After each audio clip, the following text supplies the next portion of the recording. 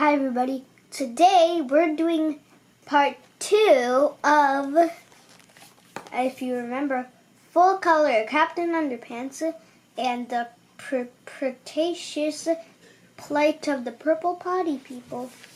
So let's continue. Epilogue.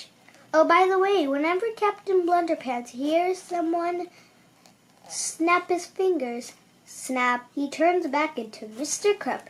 Have a swell day. And whenever Mr. Krupp gets water on his head, H2O, he turns back into Captain Blunderpants. Grrr. Remember that now. Evil Treehouse Comics LLC. Chapter 9. Not without my hamster and my pterodactyl. I think our evil twins made this comic book, said Harold. They must have, said George. The artwork is really bad, and I'm pretty sure they misapplied some words. Now let's get out of there, said Harold. Not without crackers and Solo,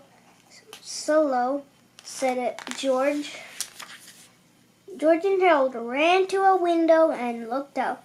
They saw their two evil twins sneaking home, carrying their beloved pets with them.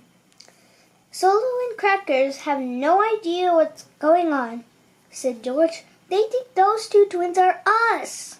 How in the world are we going to stop us? Asked Harold. Chapter 10. Hypno-Horror. George and Harold knew exactly where those evil twins had taken Crackers and Solo. To their same place where they would have taken them, their treehouse. So our two heroes dashed home as fast as they could. Then they climbed up the treehouse ladder quietly as they could. But when they peeked inside, they saw something that was 389 times worse than they ever could have imagined. Their evil twins were hypnotizing their beloved pets with the 3D hypno ring. You will obey our every command, said Evil Harold. Yeah, said Evil George, and you'll be really wicked from now on, too. George and Harold gasped, which is very not smart if you are trying to go unnoticed. Hey, look out, shouted Evil Harold. Get that! Get him! Shouted Evil George to their newly hypnotized pets. Crackers didn't move.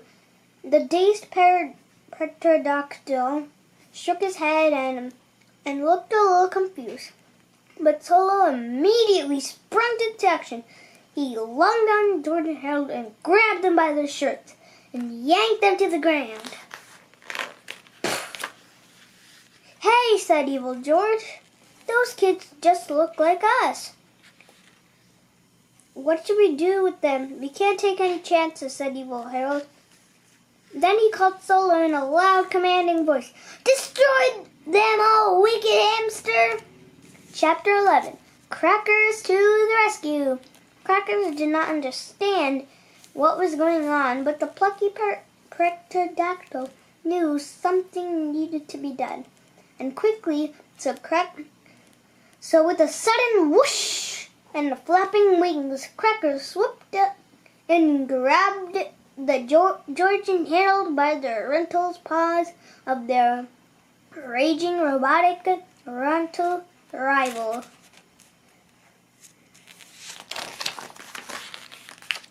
Oh no, screamed Harold. Crackers is going to fly us high into the air and drop us.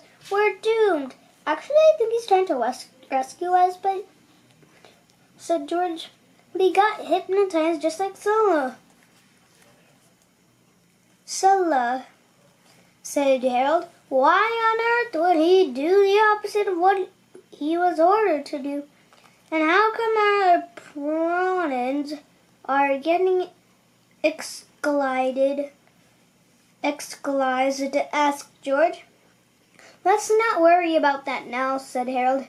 We've got to get out of here. But we can't leave Solo behind, said George. Don't worry, said Harold. We'll come back for Solo. So the three friends flew back to school and headed upstairs of the library. Hey, that looks like a pterodactyl, said Mr. Krupp, as our heroes pushed him past passed behind. "Let me pet him," said. "Let me pet him," said Mr. Krupp, cried and chased after them. Crash! George and Harold and Crackers finally reached the library, and just in time to see Stella and their evil twins smash into a terrible crash. Crash! And their evil...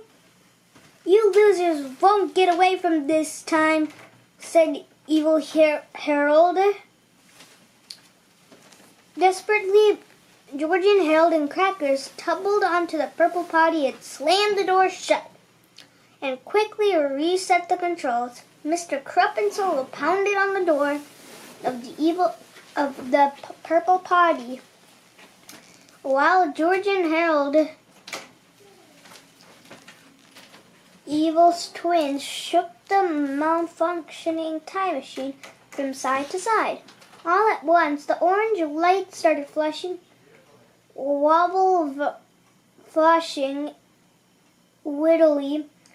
widely. The Purple Potty began to shake and it wobbled violently.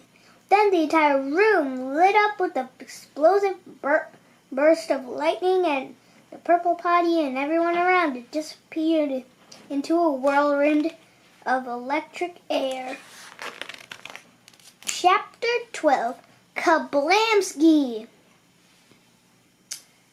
Suddenly, there was another blinding flash of light. Everyone around the Purple Potty flew into different directions. Then, the Purple Potty stopped shaking and wobbling, and switched into a shutdown mode. George and Harold and Crackers peeked out.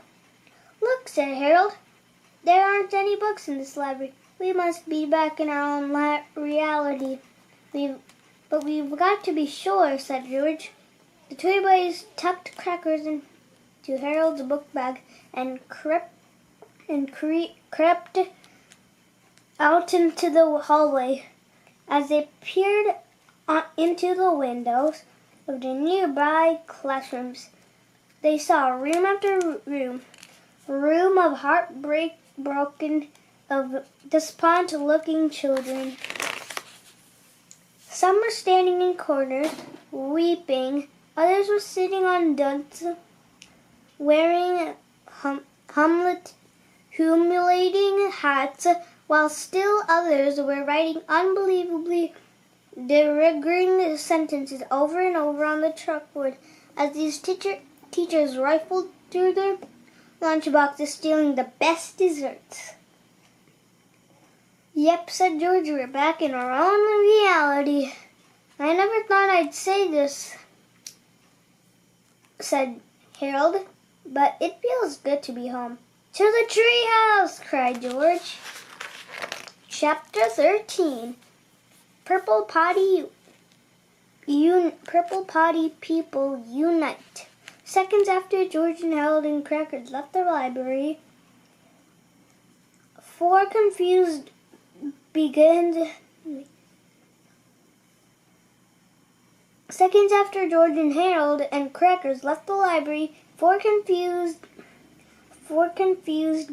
from evil and alternate dimension begin to stir. Evil George, evil Harold, evil Solo, and nice Mr. Krupp stumbled to the center of the strange empty library, rubbing their heads and looking around curiously. "Look," said evil George, "this library has no books on the shelves." Said evil George. "It looks like we've entered some kind of alternate universe, in a logic reality where everything is backwards." "Backwards, eh?" said evil George. "We could do quite well in a place like this." He walked over to the drinking fountain and splashed some water on Mr. Nice Krupp's face. Suddenly, Mr. Krupp's confused smile turned into an evil frown. He ripped off his clothes and tied a curtain from a nearby window around his neck. Then evil George handed him a bad toupee, and the principal stood before them, snarling angrily through his flared nostrils. "I am Captain Blunderpants," he shouted in a thunderous voice. Chapter 14, the chapter where some stuff began. Meanwhile, back at the treehouse, George and Harold grabbed some supplies before heading off to save Solo. "We need our 3D hypno ring," said George, "to change Solo back to his old self again." "Cool," said Harold. "We better take the rest of the extra strength super power juice just in case. "Good idea," said George. The two friends stuffed their supplies and headed down the treehouse ladder. "Just where the heck do you two think you're going?" asked a commanding voice at the bottom of the ladder. It was George's dad, and he didn't seem very happy. Said George, we need to go back to school for something." "Yeah," said Harold. "We forgot something." "Yeah, well, we have to wait until tomorrow," said George's dad. "We're having dinner with the Hutchinses tonight, remember?" "Oh, yeah," said George.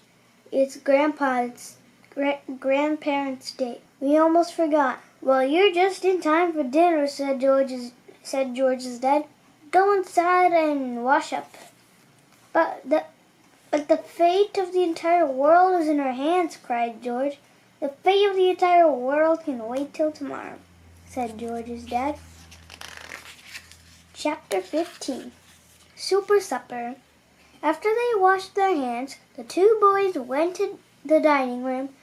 George's parents had prepared a big meal, and everybody waited patiently for George and Harold to join them. Harold's mom, sister, and Grandpa were there all along, with George's mom, dad, and great-grandma.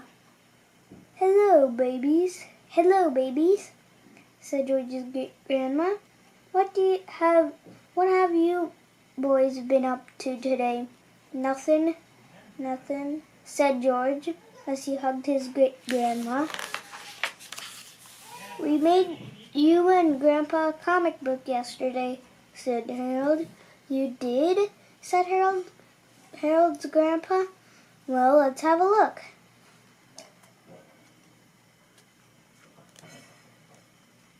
George shuffled through his bag, taking things out and laying them on the table. "It's here somewhere," he said. Finally, he pulled out 2 copies of the latest comic book, The Adventures of Boxer Boy and Great Granny Griddle. "It's about now how you guys turn into superheroes and save the world and stuff," said George. "I drew the pictures," said Harold. Well, that's very nice of you boys," said George's dad. "Now sit down and let's eat."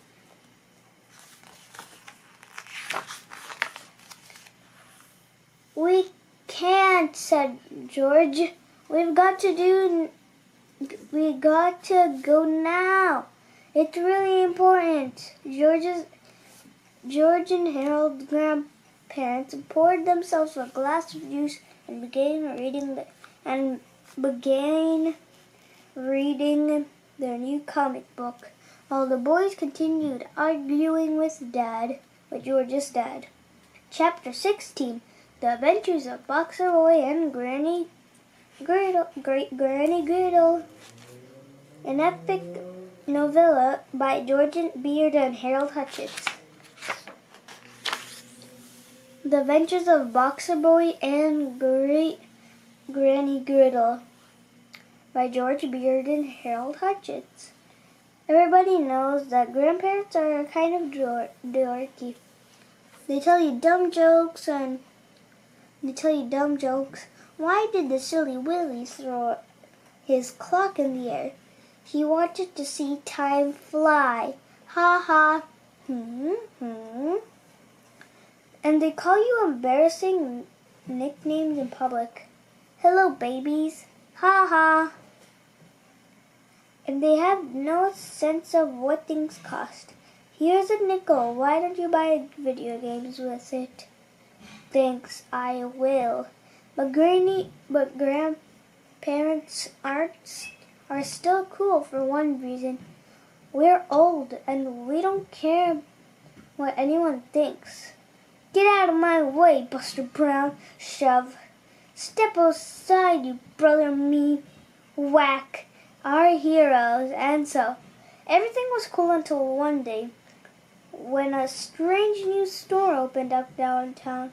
Robo Jesus Inc. They were selling robots. Hey kids, trade your old worm-out grandparents for the latest in Robo Jesus technology. Okay, cool. They're tons better than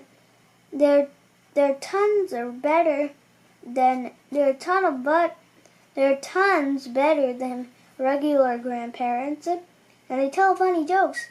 What's 40 feet long and smells like pee? Line dancers at the old folks' home. Ha ha.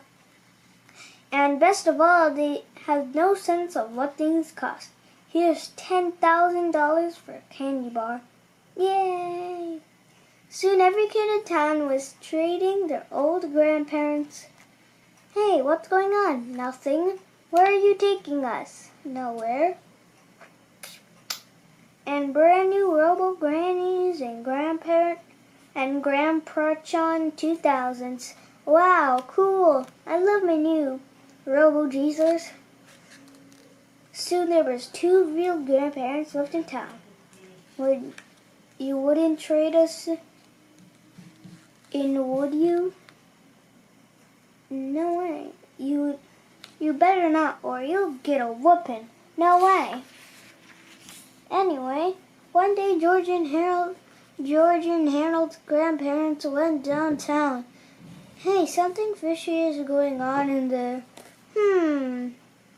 So they sneak inside the building.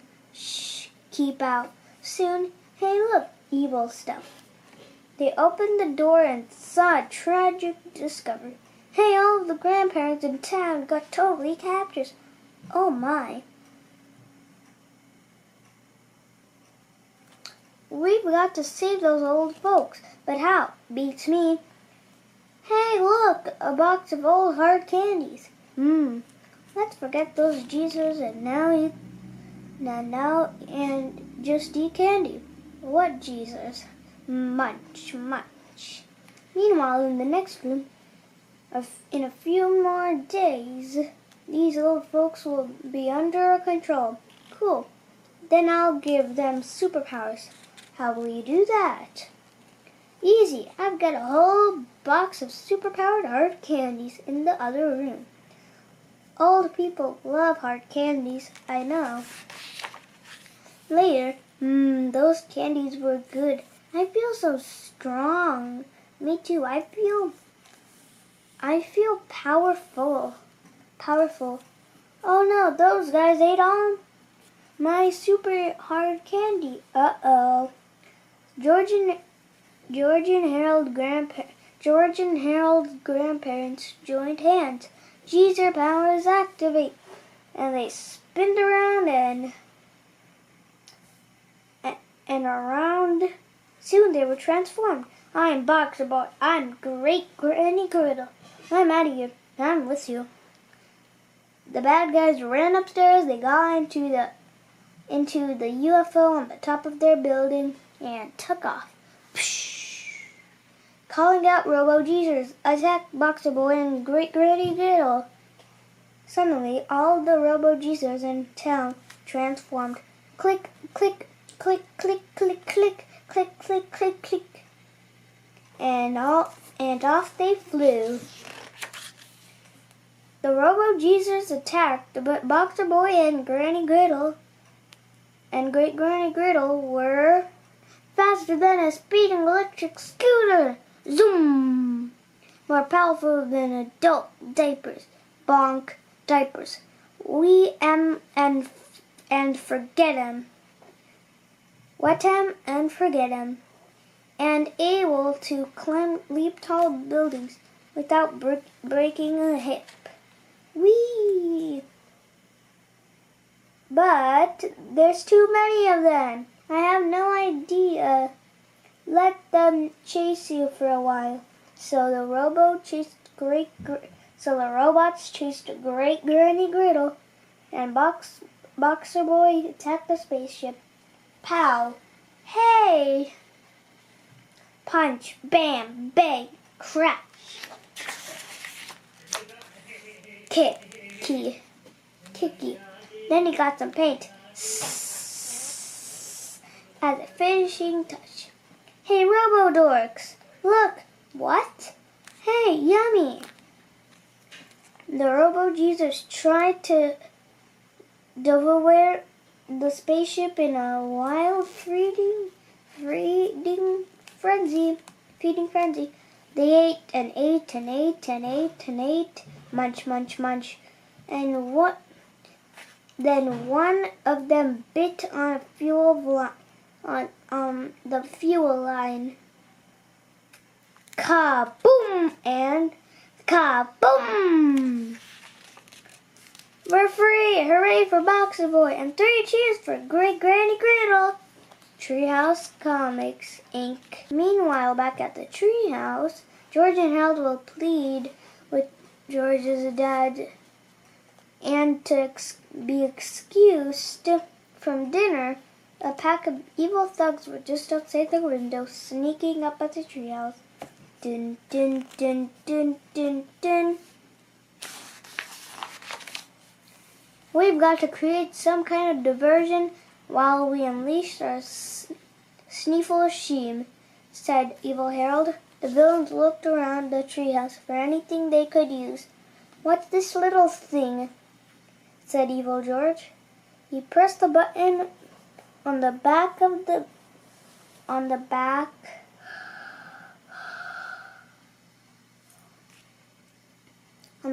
the miniature Goosey Grow 4000. Suddenly, a beam of energy shot out of the tiny contraption, accidentally zapping Evil Solo, who was tucked inside Evil Harold's shirt pocket. Immediately, Evil Solo began to grow bigger and bigger until he leaped out of Evil Harold's pocket and fell immediately. Evil Solo began to grow bigger and bigger until he leaped out of Evil Harold's pocket and fell to the floor with a giant thud. Evil Solo was now the size of a full-grown sheepdog. The villains were all smiled one at another, and they watched Evil Solo growl and snarl ferociously. I think we found our diversion, said Evil George. He zapped Evil Solo again. Chapter 8. Crash! Suddenly, Evil Solo grew to the size of a giant monster. He leaped out of the treehouse and landed on George's backyard with a terrible, thunderous crash. What was that? Cried George's dad. Everyone jumped up and dashed outside to get a bigger look at the horrible creature that towered over the house, snarling and roaring hideously. For some strange reason, George and Harold's grandparents jumped up and dashed faster than they had moved in years. But nobody really noticed the giant hamster thing. What's going on? Cried Harold. Those evil guys must have followed us back in our own reality somehow, whispered George. We gotta whispered George. "We've got to stop them before they take over our world." Solo crashed and smashed his way through the neighborhood, heading towards the big city. Because, well, that's where the giant monsters usually head. George ran inside and grabbed the 3D ignoring and the superpower juice, which felt surprisingly and whistled for crackers. And while the grown-ups were fussing and fretting over trivial things like broken fences, insurance, policies, and property damage reports, George and Harold and Crackers flew off to save the world. Chapter 19, When Hamster Attack.com. Soon the three friends soared over the center of the city. They met up with their beloved pet Solo, who was now a giant evil monster, destroying everything in his path. "Well," said Harold, "it looks like you are going to have to drink that superpower juice so we can stop giant evil Solo from wrecking the city." Said Harold. Said George. Harold, said George, as he eyed the cartoon of the superpower juice suspiciously. "I'm so parched," said Harold. "I've always wanted to have superpowers." Harold, said George again, as he held the cartoon to his ear and shook it back and forth. I hope I get Kung Fu grip and X-ray vision," said Harold. "That would be awesome."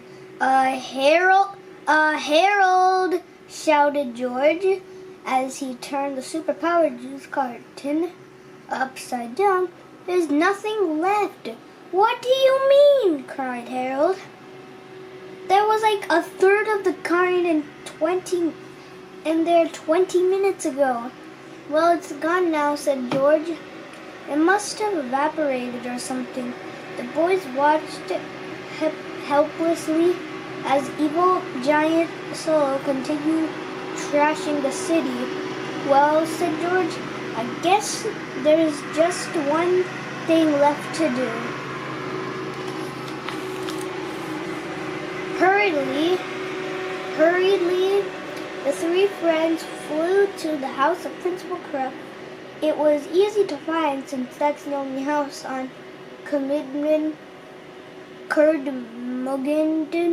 Boulevard that was covered in toilet paper. "Next time we've got to use a single plea toilet paper," said George. "We'll get better coverage." After a quick knock on the door and an even quicker snap of the finger, Mr. Frog transformed into the amazing Captain Underpants. And in no time at all, the world's greatest, baldest superhero was face to face with the world's biggest, baddest bionic hamster. Chapter 20, The Incredibly Graphic Violence Chapter Part 1 in Fliporama. So, I'm gonna read this, like you can read. Okay, in my Dog Man for Whom the Ball Rolls video, we already know how to do a Fliporama, so I don't really need to, but if you want, you can pause the video and read this on your own. Okay, Fliporama 1. So like this, then Hamster Havoc.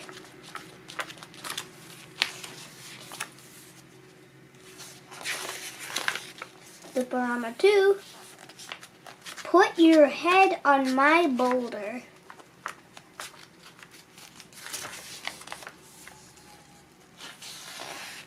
Chapter 21, The Anticlimactic Chapter. The battle between man and beast was over. George and Harold petted Solo on the giant face and breathed a sigh of relief. "He'll be okay," said George. "He just got knocked out." "Great," said Harold. "It looks like all of our problems are over. Not so fast, said a voice that came from somewhere on the lower page hand on the corner of the next page.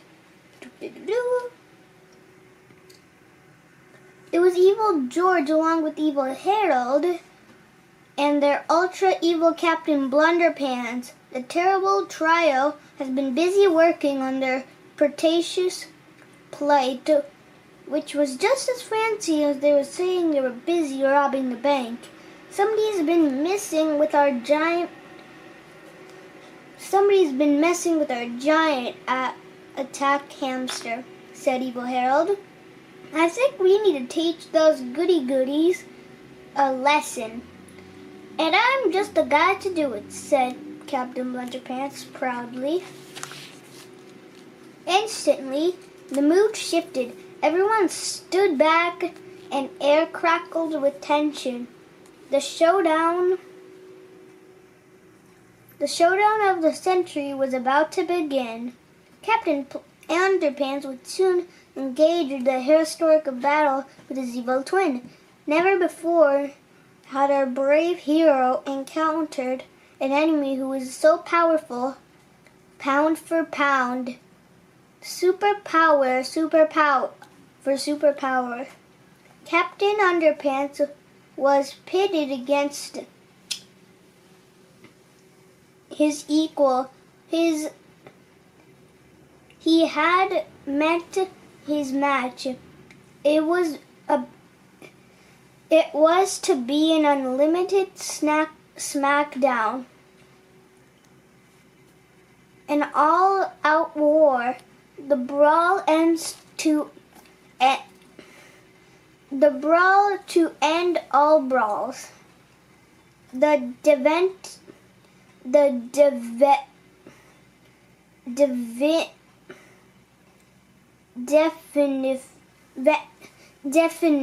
clash between good and evil. The momentous confirmation of the most critical snap.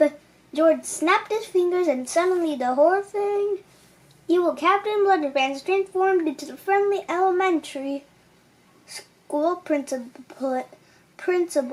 Aw man, cried Evil George. Aw man. Okay.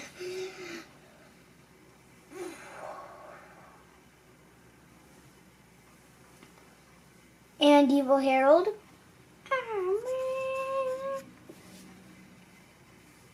We read your comic book back in Chapter 8, said Harold. Did you think we wouldn't remember how to turn your evil supervillain back into a harmless principal? Snap. George and Harold quickly found some rope and tied up Evil George, Evil Harold, and Mr. Nice Crap. We're taking you losers back to your own reality where you won't bother us ever again, said George. All we have to do is dehypnotize and shrink so, and our job will be done, said Harold. Nothing can possibly go wrong now. You know you really shouldn't say things like that, said George. Why, said Harold. Chapter 22. Kaboom! Suddenly, lightning flashed, thunder crashed, and the rain came tumbling down. That's why, said George. As a few drops of rain hit Captain Underpants' puggy face, he began to transform in a matter of seconds. He changed from a confident, powerful superhero into an angry, annoyed elementary school principal. Unlike wisely, the rain on the face thing was having the opposite effect on Mr. Nicecrop, transforming him once again to an Argonaut foil, foul, tempered supervillain named Captain Blunderpants. Evil George, Evil Harold smiled at their evil smiles as Captain Blunderpants snapped their ropes and yelled out a triumphant la la la la la tra. George and Harold quickly snapped their fingers and again, but it was having no effect. It was raining too hard and Mr. Krupp was getting annoyed. "This is the dumbest dream I've ever had," he shouted. "I'm gonna go home and get back into bed." And with that, he turned and stormed off to his soggy toilet paper covered house. Snap, snap, snap. "Looks like the tables have turned," Evil Harold snickered. "You guys haven't won yet," said George. Quickly, George and Harold leaped onto Cracker's back, and the treehouse Flora friends flew toward their treehouse. "Don't just stand there," cried Evil Harold. To his creepy Corhots. "Let's get him!" Chapter 23. 2 minutes later. Back in George's yard, our heroes searched furiously through the tree house.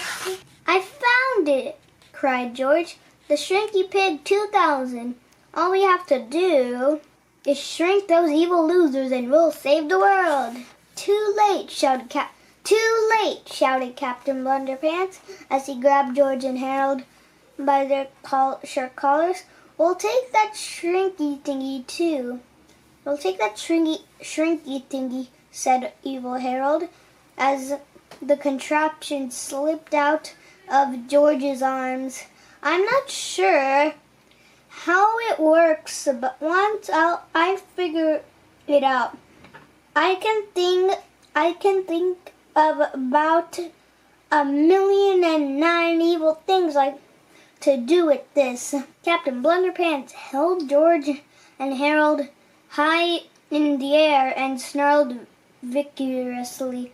"Prepare to pull the verved," he shouted. "We're doomed!" screamed Harold. "Now wait just a pickle-picking minute, young fella," shouted a familiar-sounding voice inside George's house. Chapter 24. Nobody messes with our grandbabies. Harold's grandpa and George's great-grandma stepped out onto the back patio and confronted the big bully Captain Blunderpants. "You put those babies down or you'll get the whooping of your lifetime," said George's great-grandma. Captain Blunderpants laughed hideously. "Ha ha ha ha ha ha. We're not going to warn you again, Skippy," said Harold's grandpa. Captain Blunderpants continued to tighten his grip on George and Harold.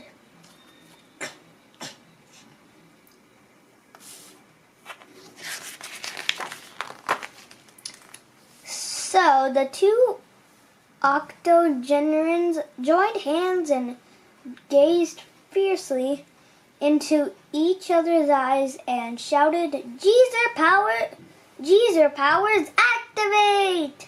Quickly they began spinning around and around, faster and faster. The old folks twirled until a tornado formed around them, tearing away their clothes and jewelry and sending the patio furniture flying violently. Suddenly, the twirling stopped, the tornado subsided, and the Allegridy twosome stood proudly in their underwear, huffing, puffing, and fiercely facing their foe. "Ooh, that was fun. Let's do it again, Henry," said George's great-grandma. "Heh heh," laughed Harold's grandpa. "All right, my dear, but we've got to teach that silly Willie a lesson first." "Oh yeah," said George's great-grandma. That young fella's got a hankering for that spankering. Harold's grandpa grabbed a couple of curtains from the kitchen window and tied them around their necks. Not too tight, Henry, said George's great-grandma. With their capes in place, George and Harold's super great-grandparents approached Captain Blunderpants timidly.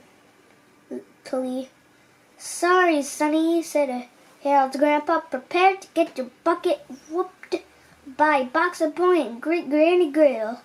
Chapter 25, The Incredibly Graphic Violence Chapter, Part 2, in Flipporama. Flipporama 3. The Genetic Jawbreaker.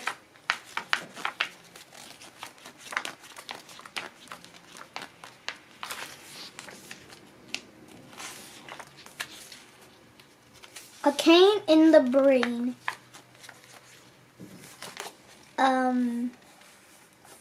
Wow. How could he get his eyes punctured in the face? He was trying to dodge that. Ew. Flipporama 5. Take a walker on the wild side. Why are you still mad when he has a walker? He's gonna smack you in the head and you don't even know what to do. And he just plays leapfrog, I guess. Guess he wants to play leapfrog. Chapter 26. Shrinky Dorks. You know, said George, I think I just figured out what happened to our superpower juice.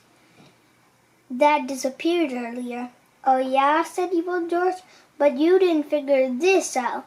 All we have to do is press one button on the shrinking machine and you'll all be transformed into tiny little shrimps. Go ahead and press the button, left Harold. You're holding it backwards anyway.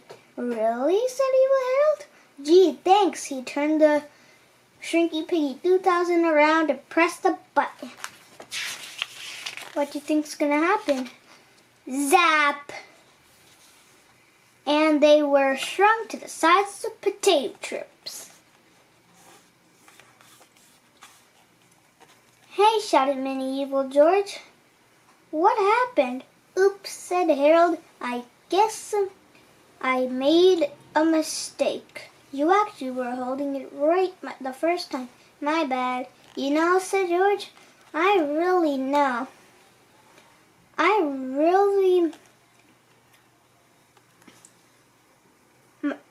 made a mistake. You actually were holding it right the first time. My bad. You know, said George, I think I know those two boys could really use a good spanking. Chapter 27, The Incredibly Graphic Violence Chapter Part 3 in Flipporama. Well, folks, you know what to do and how. And you know how to do it. Happy Spanksgiving!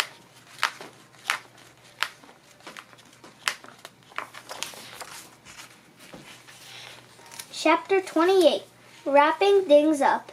Well, it looks like our job here is done, said Boxer Boy. Yep. Yes, it is my big, strong man, said Great Granny Griddle, giggling gleefully. George and Harold looked at each other in horror. You know, little lady, said Boxer Boy, somewhere out there is an all-you-can-eat buffet with the senior citizens early bird special just going to waste. Let's go find it, you big hunk of love. And said Great Granny Griddle as she kissed him passionately on the wobbly neck fat. The scene that followed could best be in history of children's book. Dentures, sloshed wrinkles flap, and rubby jaws squished, smoothed, and quivered generously. Said Harold. I think I need to go wash my eyeballs. Me too, said George. Well, I also have to wash my hands because then my eyes are itchy. Whatever. And as the electric Avengers flew up into the sunset, George and Harold decided to try very, very hard not to think about the disgusting event they had just witnessed. Come on, we've got to wrap this story up, said George. First, we need to dehypnotize and shrink Solo. Then we've got to go back into that crazy purple potty to turn those bozos to their alternate universe. Chapter 29. To make a long story short. Zap. Bing, bing, bing, bing, bing. Chapter 30. To make a longer story even shorter. Kick. Chapter 31. The chapter where nothing bad happened. Gee, that worked out pretty good, said Harold. Solo's back to normal. Solo's back to his normal size and his personality, and the Purple Potty People are back in their own reality where they won't be able to be seen. Well, they won't be able to bother us ever again. I guess everything worked out perfectly. Bit annoyed. Why do you have to say things like that? Things like what? Asked Harold.